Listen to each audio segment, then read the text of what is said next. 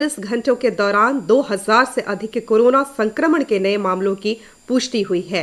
प्रदेश में सक्रिय मरीजों की संख्या 12,000 से अधिक है। डाक विभाग राज्य सरकार के निर्देश के अनुपालन में कोरोना पीड़ितों को उनके घर तक कोरोना किट पहुंचा रहा है। देखिए पूर्णिया से जयप्रकाश मिश्र की ये रिपोर्ट।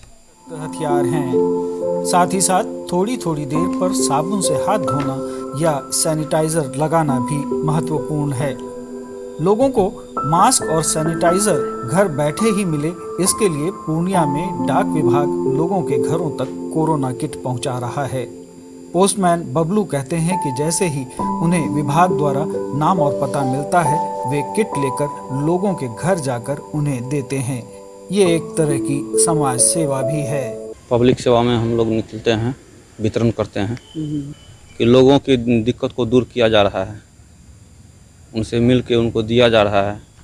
पूर्णिया प्रमंडल पूर्णिया के डाक अधीक्षक विनय कुमार सिंह की माने तो बिहार सरकार के स्वास्थ्य विभाग और डाक विभाग के बीच हुए समझौते के अनुसार प्रत्येक दिन कोरोना पीड़ितों की नई लिस्ट डाक विभाग को भेजी जाती है।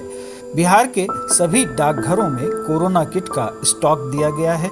जैसे ही डाक विभाग को नया नाम और पता मिलता है, डाकिये उनके पते पर कोरोना किट पहुंचा देते हैं।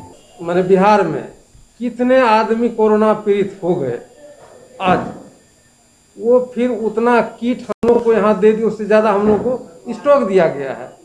हम लोग डिस्ट्रिक्ट वाइज हर एक ऑफिस वाइज उसका बुकिंग करते हैं और सेम डे उसको डिलीवरी करते हैं। डाक विभाग की इस पहल से जहां कोरोना से प्रभावित लोगों को त्वरित राहत मिल रही है, वहीं कोरोना के नए वेरिएंट ओमिक्रॉन के संक्रमण का खतरा भी कम हो रहा है।